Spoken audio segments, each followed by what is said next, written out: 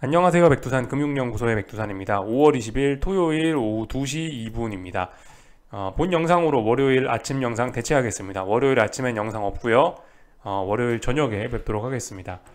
어제 미국 증시는 일단 하락 마감을 했는데요. 하락 마감으로서의 그렇게 큰 의미는 없습니다. 보시면 낙폭도 얼마 되지 않고요.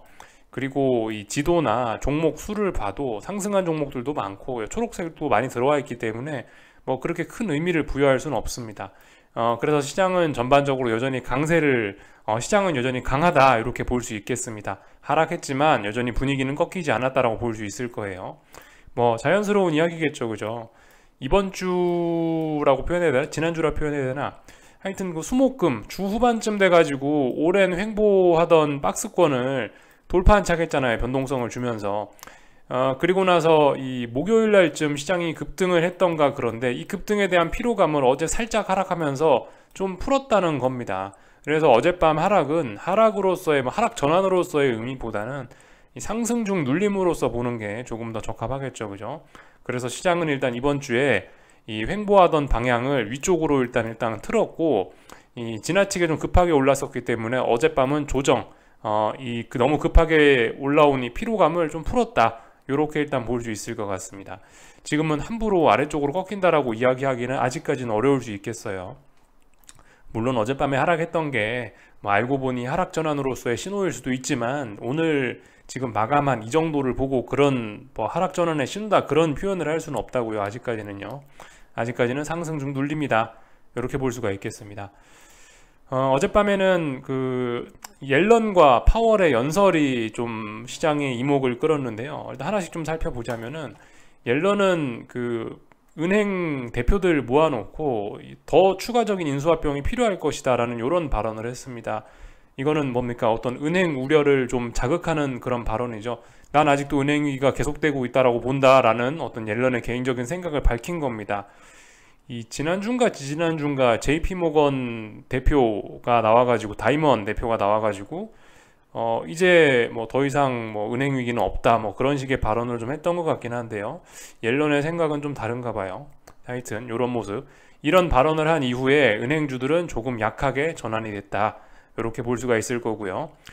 그 옐런이 이런 발언을 하던 시간과 파월이 연설한 시간이 또 거의 비슷합니다. 그래서 사실 뭐가 어떻게 영향을 미쳤다라고 딱 부러지게 좀 이야기하기는 좀 어려울 수 있습니다. 그렇지만 어쨌든 이 같은 시간에 비교적 같은 시간에 옐런과 파월이 연설을 했다는 점을 일단 좀 말씀을 드리려 하는 거고 파월은 또 뭐라고 했나 좀 살펴보자고요.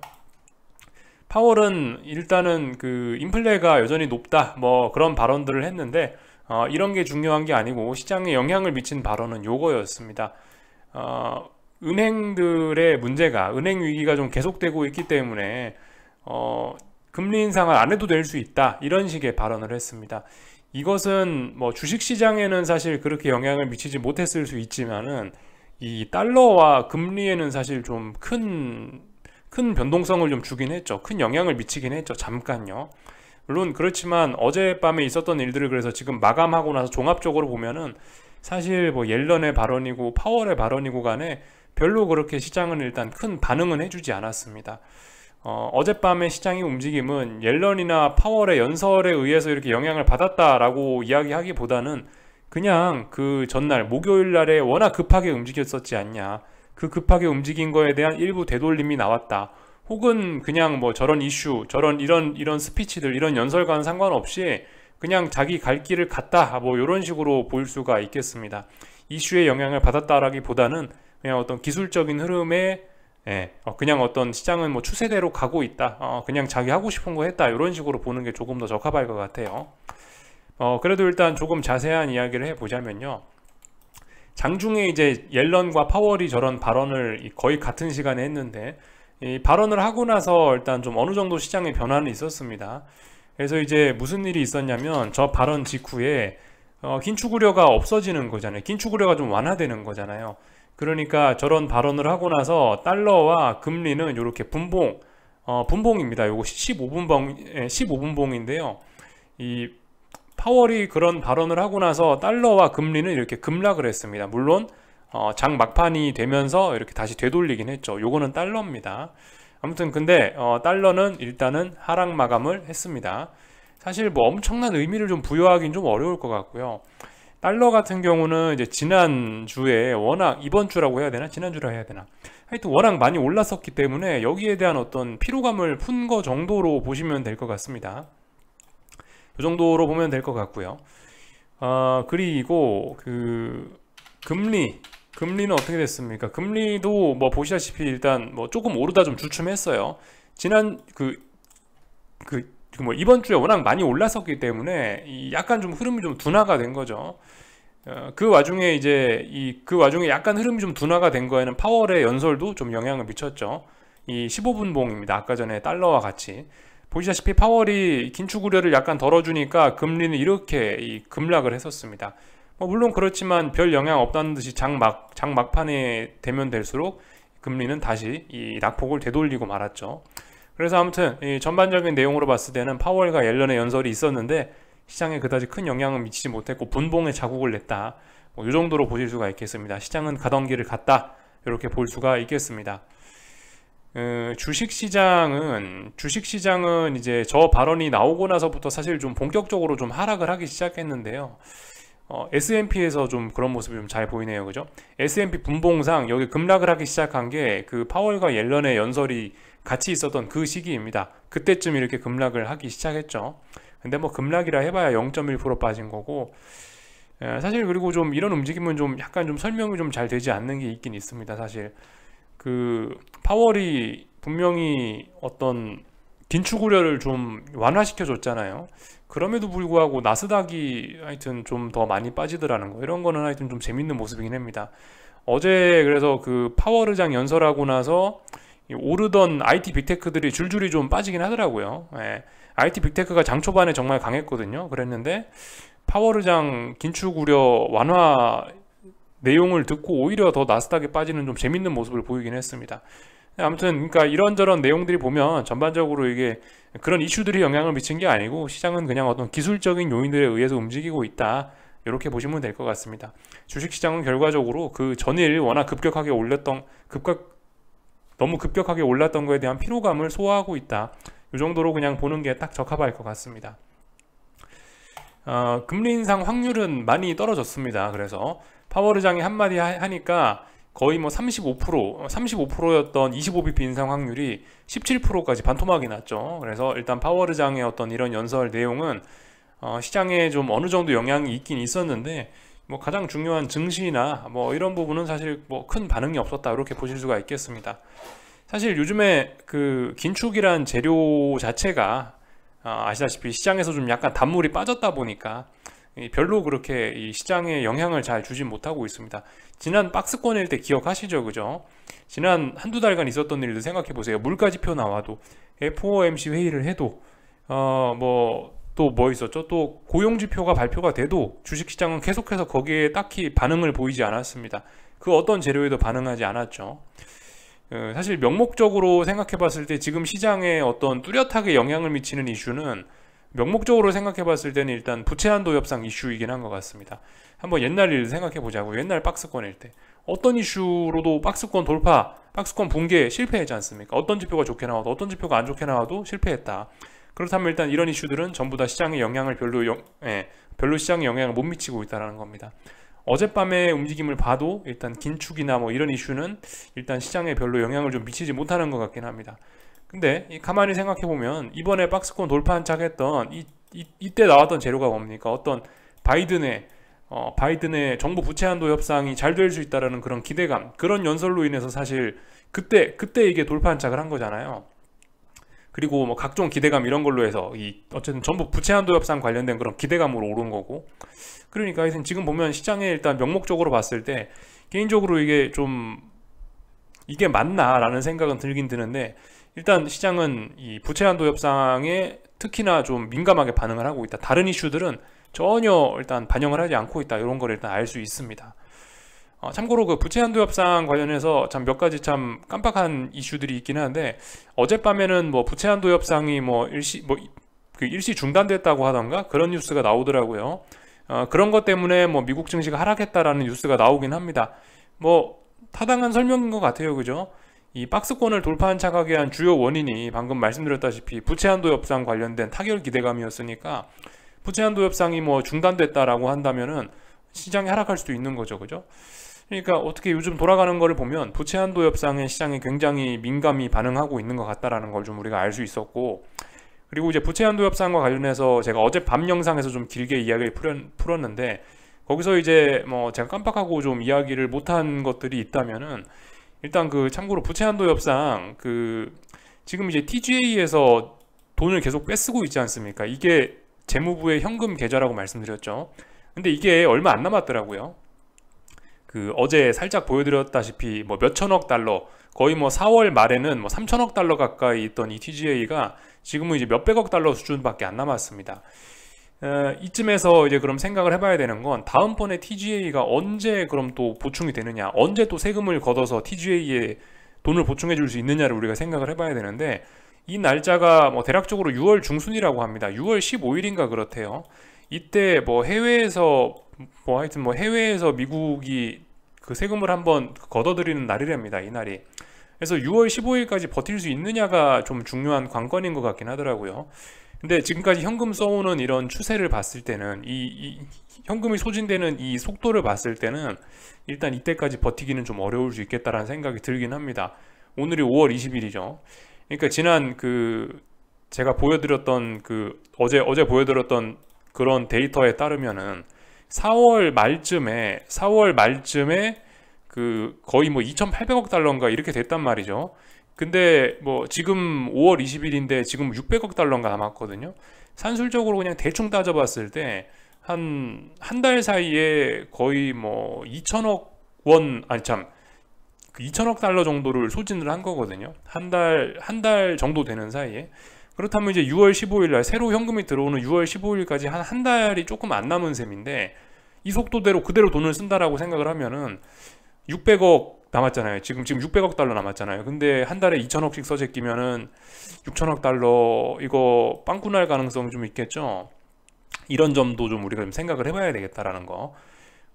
네, 이런 말씀을 좀 어제 안 드렸더라고요. 그래서 하여튼 잘하면 뭐 디폴트가 뭐 불가능한 것도 아니겠다. 뭐 물론 디폴트는 안 날 수도 있습니다. 그러니까 어떻게든 뭐 재무부에서 그 정말 필요한 데에만 돈을 꼭꼭 아껴 쓰면서 뭐 근데 일부 분야는 분명히 좀 돈을 지출 못하는 그런 부분이 생기긴 하겠죠. 만약 이런 흐름대로 계속 간다면요. 진짜 어떤 채권 이자를 지급하지 못하고 그래서 디폴트가 안 날 수도 있지만은, 근데 분명히 디폴트를 안 내려면 지금 상황에서 미국 정부는 어딘가에 써야 될 돈을 지금 지금 못 쓰는 그런 상황이 생길 수 있다라는 거, 우리가 한번 고민을 해봐야 되는 부분이고, 어딘가 이제 돈을 써야 되는데 못 쓴다라면은 아마 제일 먼저 삭감되는 예산은 복지 예산 이런 게 될 가능성이 좀 높겠죠. 아무튼 뭐 복지나 이런 거라도 좀 잘리게 된다라면은 어쨌든 미국 경제는 분명히 둔화가 되긴 될 겁니다. 이런 점은 우리가 좀 생각해 볼 필요가 있겠네요. 그리고 뭐 디폴트는 안 나겠지만, 만에 하나 이제 뭐 디폴트가 난다, 혹은 뭐 디폴트가 안 나더라도 이렇게 불안한 상황이 계속된다면은 또 하나 생각해 볼 수 있는 건 그 신용등급 강등은 생각을 해볼 수가 있겠습니다. 신용등급 강등은 사실 그 어쩌면 뭐 큰 의미로 봤을 땐 별 의미가 없을 수도 있어요, 그죠? 어차피 그 우리 모두 알지 않습니까? 미국 국채는 뭐 망하지 않는 뭐 절대 안전한 국채, 뭐 이런 거 알고 있잖아요. 사실 그래서 어쩌면 뭐 사전적인 뭐 그런 의미로서는 부채 한도, 아니 어떤 뭐 신용등급 강등이 큰 의미가 없을 수 있으나, 아무튼 지금 이 뭐 은행 위기가 난다, 뭐 금리가 높다 이런 상황인데, 여기서 미국 정부의 부채 한도가 미국 정부의 신용등급이 강등이 된다라고 한다면은 전반적인 이 시장의 어떤 금리 상승을 또 불러올 수 있겠죠. 혹은 신용위기 이런 걸 가속화시킬 수 있겠죠. 야, 미국 정부도 신용등급이 낮아지고 있는데 은행 니네들은 믿을 수 있겠냐, 뭐 이런 의심이 좀 퍼질 수가 있겠죠. 이런 점들은 시장 심리에 굉장히 악영향을 미치면서 분위기를 급격히 얼어붙게 하면서 또 다른 문제를 만들어낼 수 있을 겁니다. 그래서 이런 점들을 제가 어젯밤에 좀 말씀을 안 드린 것 같아서 이 부분을 좀 보충하겠습니다. 하여튼 현금이 얼마 남지 않았다. 그로 인해서 뭐 어딘가에서 좀 예산이 빵꾸가 날 수 있고, 그로 인해서 미국 경제 성장이 조금 둔화될 수 있고, 혹은 뭐 이런 점들 때문에 디폴트는 안 날 수도 있을지 모르겠지만, 디폴트 가능성은 좀 높아지기 때문에 분명히 신용등급 강등 이런 이야기 정도는 충분히 나올 수 있는 문제인 것 같다. 신용등급 강등이나 이런 이야기들이 나오면 분명히 금리가 또 치솟아 오르면서 시장에 악재가 될 수 있다. 이 정도 이야기 드리면 될 것 같습니다. 참고로 다음번에 이 지금 그 TGA라는 계좌에 돈이 충전되는 시기는 6월 15일 정도 된다라는 거, 이제 그리고 그때까지 한 달 남았다라는 거는 우리가 잘 알아둬야 되는 포인트가 되겠습니다. 그래서 부채한도 협상 이야기를 좀 해봤고요. 그래서 어젯밤 있었던 일들 이제 간단하게 기술적인 이야기들 조금만 좀 정리하고 그렇게 마칠까 합니다. 뭐 특별히 드릴 이야기는 없습니다. 여기 보시면 이미 뭐 다 했기 때문에 이야기는 4200이 중요한 어떤 지지선이 되고요. 이제 박스권 상단이 4200이라 말씀드렸죠. S&P입니다. 근데 이제 뭐 보시면 어젯밤 하락 마감했지만 4200을 붕괴시킨 것도 아니고 종가상으로 지키고 있고, 이 정도면 뭐 건전한 눌림이죠. 그죠? 예, 그래서 아직도 상승을 보면 계속해서 하려고 하고 있다. 다만 이제 좀 쉬어가는 과정이다. 이렇게 볼 수가 있을 것 같고요. 나스닥도 그렇죠.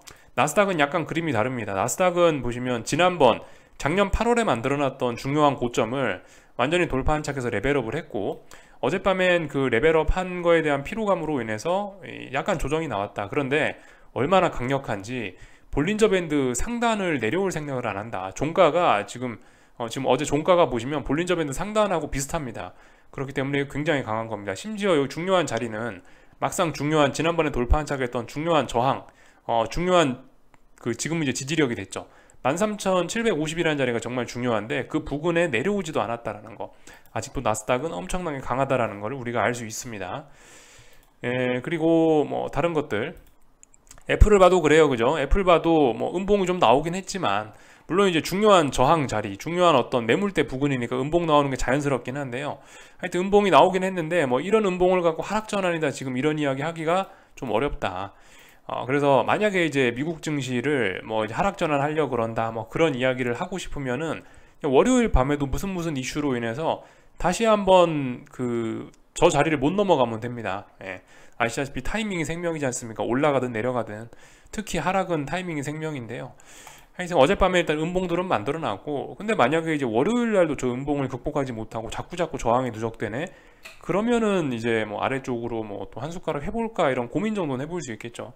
지금은 그냥 근데 누가 봐도 어떤 명백한 상승 중 눌림이다, 이 정도까지만 일단 이야기하겠습니다. 그래서 애플도 뭐 강하다 이런 것들을 살펴봤고요. 은행주들은 좀 전반적으로 좀 약했습니다. 그 옐런의 그런 자신감 없는 발언 때문에. 옐런뿐만이 아니죠. 그죠? 사실 파월의장도 이런 이야기 했으니까, 파월의장도 은행들의 스트레스 때문에 금리를 못 올릴 수도 있다라고 그렇게 이야기를 했으니까, 아무튼 옐런이고 파월이고 간에 둘 다 이 은행주들에 대한 위기를 좀 이야기를 한 거고요. 그런 것들로 인해서 은행주들은 하락 마감을 했습니다. 그래서 이건 지역은행 ETF인데 여전히 이렇게 약한 모습을 보이고 있죠. 네, 뭐 특별히 이상한 건 없습니다. 그래서 일단 계속해서 은행 불안감은 지속되고 있다, 이 정도로 보면 될 것 같고요. 대형 은행들도 일부 영향을 받았습니다. JP모건인데 가고 싶으면 빨리빨리 어딘가를 넘어가야죠. 그죠? 근데 어딘가를 넘어가지는 못하고 있다. 이 정도를 살펴보면 될 것 같습니다. 그리고 뭐 변동성 지수 이런 거 한 번씩 좀 체크하자면요, 뭐 보시다시피 죽지 않고 있습니다. 3중바닥형 혹은 뭐 4중바닥형, 다중바닥형이라 이야기할 수 있을지도 모르겠는데요, 일단 뭐 계속해서 잘 버티고 있습니다. 이런 게 시장 불안 요소라고 할 수도 있겠죠. 그죠? 이 정도를 보면은 될 것 같고요. 그리고 어젯밤에 이제 그 제가 좀 요즘에 관심 있게 보고 있는 거는 뭐 이런 건데, S&P 지수에 대한 선물 매도가 역사적으로 굉장히 많은 시기인데요. 이번 주는 박스권을 이제 돌파한착을 했지 않습니까?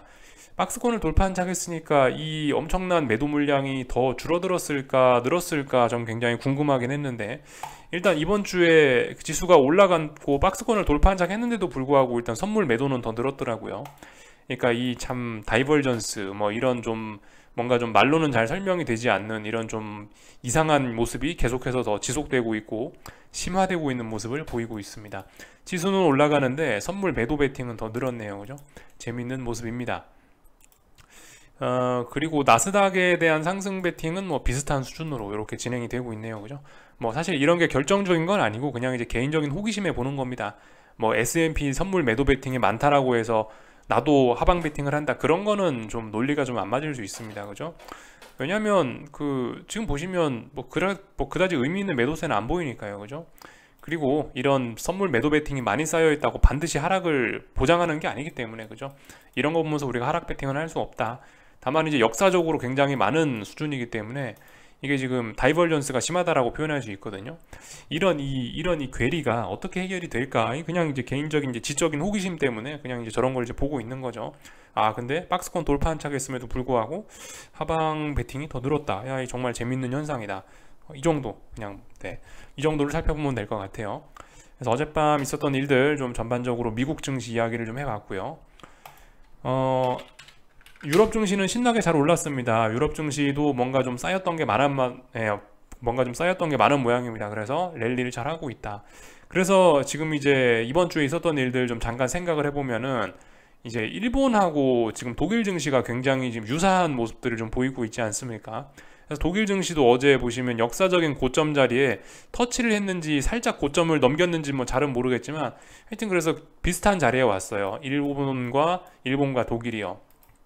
이런 모습까지 왔는데, 가만 생각해 보니까 일본과 독일은 예전에 2020년 3월 달에 전염병이 났을 때 여기 이 자리에서 이 과정에서 회복할 때 좀 가장 회복이 늦었던 증시이긴 합니다. 얘네 둘이요.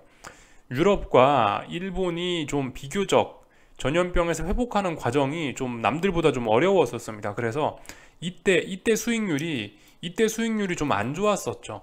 이때 좀 누리지 못했던 친구들이 뒤늦게서야 이제 좀 랠리를 하고 있다라는 생각이 들어요. 저의 뭐 개인적인 생각으로는요. 이런 걸 보면서 한편으로, 야, 확실히 그 남들 파티를 즐길 때 조금 좀 못 즐기니까 뒤늦게라도 좀 파티를 즐기고 있는 게 아니냐라는 생각이 듭니다. 이런 거 보면서 세상에 공짜가 없구나라는 생각을 좀 다시 한번 좀 느끼긴 합니다. 아무튼 뭐 그냥 이런 뭐 그냥 그 뭐 개인적인 뭐 생각인 거고요. 하여튼 뭐 그런 공통적인 모습을 보이더라라는 거 좀 한마디 해봤습니다. 뭐 나머지는 뭐 얼추 다 본 것 같고요. 그죠? 뭐 달러 조금 뭐 오르다 말았고, 예, 달러 좀 조정 나왔고, 뭐 금리도 조금, 예, 금리는 뭐 계속해서 오르고 있고 뭐 그런 상황이고, 그죠? 그래서 뭐 다른 거 특별히 드릴 이야기는 없는 것 같고, 아무래도 이제 저기 달러가 어젯밤에 좀 약했으니까 원자재들은 좀 강했을 수 있겠구나 생각할 수 있죠. 그래서 뭐 골드라든가 뭐 구리 같은 건 좀 올랐는데요. 국제유가는 하락이네요. 국제유가는 아무래도 뭐 경기 침체 우려 이런 걸 좀 반영을 하는지 요즘 영 힘을 못 쓰고 있긴 합니다. 지금 그래서 박스권이죠. 국제유가는 좀 박스권인데 이게 좀 위쪽으로 올라가려는 모습보다는 좀 일단 자꾸 고점이 낮아지는 게 좀 불안해 보이긴 합니다. 그래서 뭐 요까지 모양을 보면 될 것 같고, 한국 증시는 일단은 뭐 미국 증시가 일단 하락 마감했으니까 일단 얘도 하락 출발 정도는 하겠죠. 그죠? 아무래도 그 정도 생각은 할 수 있을 거고요. 근데 지금 뭐 한국 증시는 이제 미국이고 뭐고 지금 이런 게 중요한 게 아니고, 코스피의 경우는 특히 이제 변동성이 확대가 돼 있기 때문에 별로 이제 뭐 미국이고 뭐 외국이고 중국이고 뭐 이런 나라들의 별로 영향을 좀 안 받을 가능성이 좀 있긴 있을 겁니다. 뭐 시초가 정도는 좀 영향을 받을 수 있죠. 개파락 정도는 뭐 출발할 수 있을지 모르겠는데, 근데 아무튼 이런 상황에서 개파락 출발하면 코스피는 아마 더 세차게 오를 가능성이 좀 있을 것 같아요. 하여튼 한국 증시도 좀 비슷한 상황이긴 합니다. 금요일 날 급등한 게 좀 피곤하긴 하거든요. 저 피로감을 어떻게 풀까 조금 좀 고민을 아마 하긴 할 겁니다. 그리고 무거운 저항 부근에 있기 때문에 좀 고민을 좀 하긴 할 것 같아요. 네, 아무튼 지금 상황은 좀 다소 이제 비이성이 좀 들어가 있는 그런 시세들이기 때문에 솔직히 뭐 잘 모르겠습니다. 이게 뭐 마음만 먹으면 근데 월요일도 충분히 코스피는 급등할 수 있다라고 봐요. 예. 그래서 계속 말씀드리는 게 뭐 위험 관리, 그죠? 위험 관리. 손해가 누적되고 있으면은 반드시 도망치시고 다음에 다시 또 잘하면 된다라는 이야기를 드리고 있죠. 주말 동안에 한번 잘 생각을 해보시고요. 하여튼 뭐 지금 당장 하방 베팅을 하고 막 그럴 때는 아닌 것 같죠. 그죠? 누가 봐도 지금은 지금은 주식 시장이 오랫동안 억눌려 있다가 오랫동안 옆으로 횡보하면서 힘을 쌓아놨다가 이제 자기 힘자랑을 하는 그런 시기입니다. 막 힘자랑 막 하고 있는데 옆에 가가지고 우리가 같이 힘겨루기를 하면 되겠어요? 안 되죠. 그죠? 이 힘자랑 할 때가 있고 힘이 빠지는 때가 또 오긴 올 겁니다. 지금은 계속해서 힘자랑 하고 있으니까 분명히 어쨌든 힘을 좀 쓰고 있는 타이밍이란 거죠. 그래서 언젠가 이렇게 강한 세계 증시에도 또 힘 빠지는 때가 온다. 우리는 얘가 이제 힘이 빠졌을 때를 노려야지, 얘가 힘 자랑하고 있는데 지금 거기다 대고 지금 같이 싸우면은 아무래도 우리 코피가 터질 가능성이 높기 때문에 지금 하방을 보시는 거는 일단 조금 좀 그 주의해야 되는 게 아니냐 싶고요. 하여튼 하방 아이디어 자체를 포기할 필요는 없죠. 근데 아무튼 이 투자는 타이밍이기 때문에 분명히 지금 타이밍은 아닌 것 같지 않습니까? 그죠? 그런 생각 정도 하시면 좀 좋지 않을까 싶어요. 상승 보시는 분들은 이제 기분 좋아서 흐뭇하실 수 있긴 있는데, 근데 이제 아무튼 그렇다라고 해서 지금 오늘 오르고 있다라고 해서 지금 이제 주식을 살 때냐, 뭐 말씀드렸다시피 단기 오버슈팅 뭐 이런 거에 대한 부담이 좀 있는 상황이기 때문에, 지금 당장 오늘 올랐기 때문에 내일 가서 뭐 주식을 산다, 그런 건 또 단기적으로 너무 부담스러울 수 있죠. 그죠? 그러니까 이런 때는 가만히 있는 게 일단 가장 뭐 좋을 것 같습니다. 지금은 이제 뭐 기존의 포지션 보유자들이나 뭐 즐기는 자리죠. 그죠? 주식 들고 계신 분들 흐뭇하게 계좌의 수익을 누적시키시는 시간인 거고, 하방 보시는 분들은 뭐 위험 관리를 하거나 뭐 버티시거나, 만약에 손해만 안 누적시킨다면 뭐 그런 거를 하는 시간이라고 봅니다. 여기까지 하겠습니다. 즐거운 주말 잘 보내시고요. 다음 주 월요일에 월요일 저녁 영상에서 뵙도록 하겠습니다. 여기서 마치겠습니다.